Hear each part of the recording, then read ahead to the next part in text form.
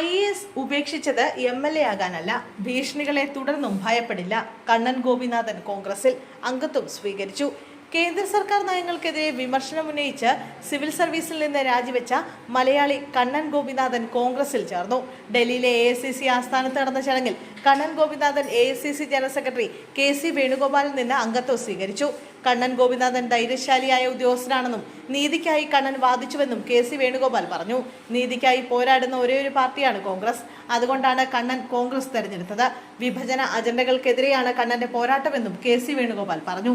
തെറ്റുകൾക്കെതിരെയായിരുന്നു തന്റെ യുദ്ധമെന്നും ഇന്ത്യ ഒട്ടാകെ സഞ്ചരിച്ച് നിരവധി പേരുമായി സംസാരിച്ചുവെന്നും കോൺഗ്രസ് ആണ് ഒരു ബദലായി തോന്നിയതെന്നും അംഗത്വം സ്വീകരിച്ച ശേഷം കണ്ണൻ ഗോപിനാഥൻ പ്രതികരിച്ചു. കോൺഗ്രസിനെ ബദലായി തോന്നിയതുകൊണ്ടാണ് ആ പ്രസ്ഥാനം തെരഞ്ഞെടുത്തത്. കേന്ദ്ര സർക്കാരിനോട് ചോദ്യങ്ങൾ ഉന്നയിക്കുന്നവരെ ദേശദ്രോഹിയായി ചിത്രീകരിക്കുകയാണ്. രാജ്യം ശരിയായ ദിശയിലല്ല സഞ്ചരിക്കുന്നത്. ഇനിയും മിണ്ടാതിരിക്കാനാവില്ല.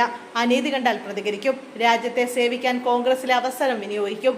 പൗരന്മാരുടെ പാർട്ടിയാണ് കോൺഗ്രസ്. പ്രവർത്തന മേഖല എവിടെയെന്ന് പാർട്ടി തീരുമാനിക്കുമെന്നും കണ്ണൻ ഗോപിനാഥൻ പറഞ്ഞു. തിരുത്തൽ ശബ്ദമാകാൻ കോൺഗ്രസിനെ വേദിയാക്കുമെന്നും ദേശീയ തലത്തിലോ കേരളത്തിലോ പ്രവർത്തിക്കാൻ തയ്യാറാണെന്നും കണ്ണൻ ഗോപിനാഥൻ പറഞ്ഞു. കേന്ദ്ര സർക്കാരിന്റെ തെറ്റായ നയങ്ങളെ താൻ തുറന്നു കാട്ടിയപ്പോൾ ഭീഷണിപ്പെടുത്തി തന്നെ നിശബ്ദനാക്കാൻ നോക്കി. കേസുകളെടുത്ത് സമ്മർദ്ദത്തിലാക്കി. ഭീഷണികളെ തുടർന്നും ഭയപ്പെടില്ലെന്നും IAS പദവി രാജിവെച്ചത് MLA ആകാനല്ലെന്നും കണ്ണൻ ഗോപിനാഥൻ പറഞ്ഞു. ജമ്മു കാശ്മീരിലെ ആർട്ടിക്കിൾ 370 റദ്ദാക്കിയതിൽ പ്രതിഷേധിച്ചാണ് സിവിൽ സർവീസിൽ നിന്നും രാജിവെച്ചത്. പൗരത്വ പ്രതിഷേധവുമായി ബന്ധപ്പെട്ട് നേരത്തെ മുംബൈയിൽ വെച്ചും ആഗ്രയിൽ വെച്ചും അദ്ദേഹത്തെ പോലീസ് കസ്റ്റഡിയിലെടുത്തിരുന്നു. കേന്ദ്ര സർക്കാർ നയത്തിനെതിരെ രാജ്യവ്യാപകമായി പ്രതിഷേധ പരിപാടികളിലും കണ്ണൻ ഗോപിനാഥൻ പങ്കെടുത്തിരുന്നു. കോട്ടയം ജില്ലയിലെ പുതുപ്പള്ളി സ്വദേശിയും 2012 ബാച്ചിലെ ഉദ്യോഗസ്ഥനുമായ കണ്ണൻ ഗോപിനാഥൻ ഭാദ്രാനഗർ ഹവേലി കളക്ടറായിരുന്നു. എനിക്കെൻ്റെ അഭിപ്രായ സ്വാതന്ത്ര്യം തിരികെ വേണം. അര ദിവസമെങ്കിൽ അത്രയെങ്കിലും ഞാനായി ജീവിക്കണം.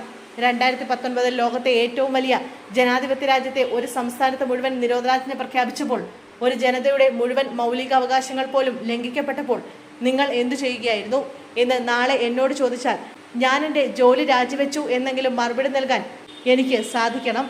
ഇതായിരുന്നു രാജിക്ക് ശേഷമുള്ള കണ്ണൻ ഗോപിനാഥന്റെ പ്രതികരണം.